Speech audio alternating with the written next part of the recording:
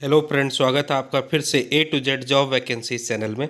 इस चैनल के मीडियम से मैं आपके लिए लेके आता हूँ नई नई अपडेट्स। और आज इसी तरह की एक अपडेट्स के साथ मैं आपके लिए लेके आया हूँ। ये अपडेट है आपके लिए जो है उत्तराखंड हाई कोर्ट से रिलेटेड। उत्तराखंड हाई कोर्ट का एक अहम फैसला जिससे जो है बहुत सारे लोगों को फ़र्क पड़ने वाला है। आइए जानते हैं इस डिटेल के बारे में। और अगर आप चैनल पर नए हैं तो चैनल को सब्सक्राइब करना मत भूलिए, ताकि आप नए नए अपडेट से अपने आप को अपडेट रख पाएँ। तो चलिए स्टार्ट करते हैं। तो क्या हुआ, देखिए, बड़ा फैसला, हाईकोर्ट के नियमितीकरण नियमावली से रोक हटाई। तो होता क्या था कि जो आपके पास संविदा कर्मचारी होते थे उनको जो है परमानेंट किया जाता था। तो पहले ये प्रक्रिया थी कि संविदा कर्मचारियों को जो है परमानेंट किया जाएगा, लेकिन बीच में इस पर रोक लग गई थी। तो इस रोक को जो है हाई कोर्ट ने क्या कर दिया है, हटा दिया है।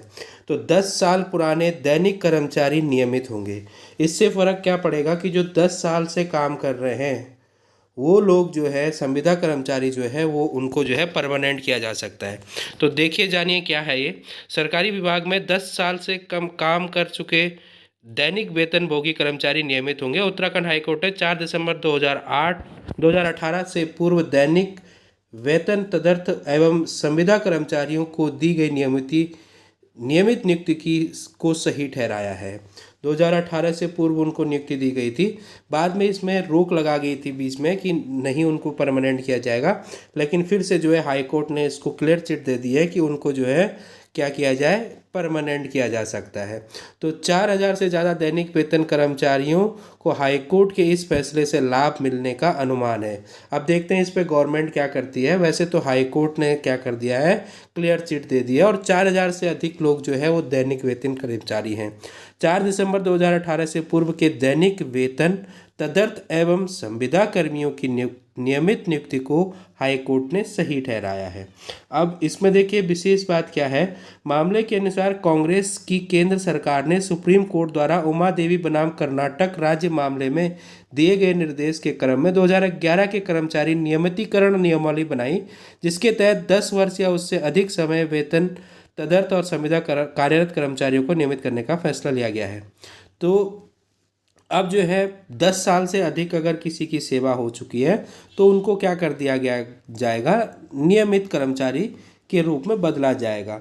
युवाओं ने दी थी चुनौती, इसको युवाओं ने जो है चुनौती दी थी, तो इस पर रोक लगी हुई थी, उस रोक को जो है हटा दिया गया है। मतलब हाई कोर्ट की तरफ से रोक को हटाने की क्लियर चिट मिल चुकी है। अब सरकार इस पर अपना संज्ञान क्या लेती है और किस तरह से इसको चलाती है आगे, ये देखने वाली बात होगी। अब इससे नियमावली में चेंज होगा और किस तरह से कर्मियों को जो फ़ायदा होगा वो देखने वाली बात होगी। सरकार इस पे अंतिम अपना डिसीजन लेगी। अब इसके बाद देखिए कि क्या फ़र्क पड़ने वाला है। तो इससे जो है शिक्षा विभाग में जो अतिथि शिक्षक हैं उन पर भी फ़र्क पड़ सकता है। तो अतिथि शिक्षक भी हो सकते हैं परमानेंट, क्योंकि अतिथि शिक्षकों के लिए आपको पता ही है, पहले शीतकालीन अवकाश जो है वो पेड कर दिया गया, ग्रीष्मकालीन का चल रहा है मामला, इसी तरह से बहुत सारी चीज़ें आपके पास चल रही हैं। तो हो सकता है कि इनको भी क्या कर दिया जाए, ये वाला जो केस है या ये वाली जो बात है वो इन पे भी लागू हो जाए, अतिथि शिक्षकों पे। वैसे भी देखिए, मैं आपको एक प्रूफ दिखाता हूँ क्या है। उत्तराखंड शिक्षा विभाग ने एक जारी लेटर किया है समस्त उप मुख्य शिक्षा अधिकारियों के लिए। इसमें क्या लिखा है देखिए। उपयुक्त विषयांग संज्ञान में आया है कि कतिपय विद्यालयों में से प्रवक्ता एवं मल्टीपर्वक कार्यरत हैं जिनके विषयों में छात्र संख्या 0 है।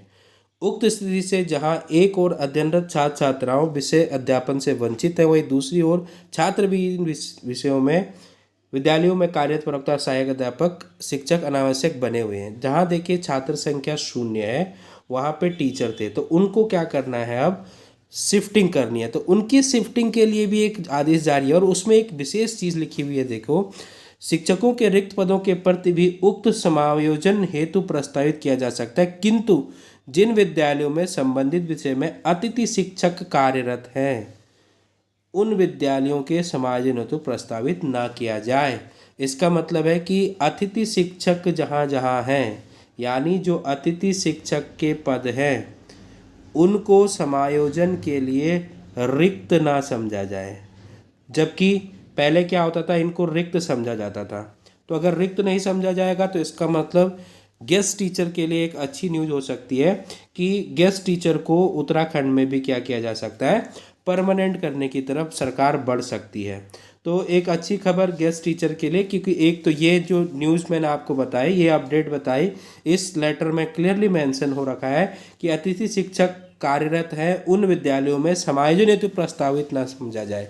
वहाँ पे जो है आप समायोजन ना करें, किसी अन्य विद्यालय में समायोजन करें, यानी गेस्ट को ना हिलाया जाए। अगर मैं सीधे शब्दों में कहना चाहूँ तो इसका अर्थ ये निकलता है।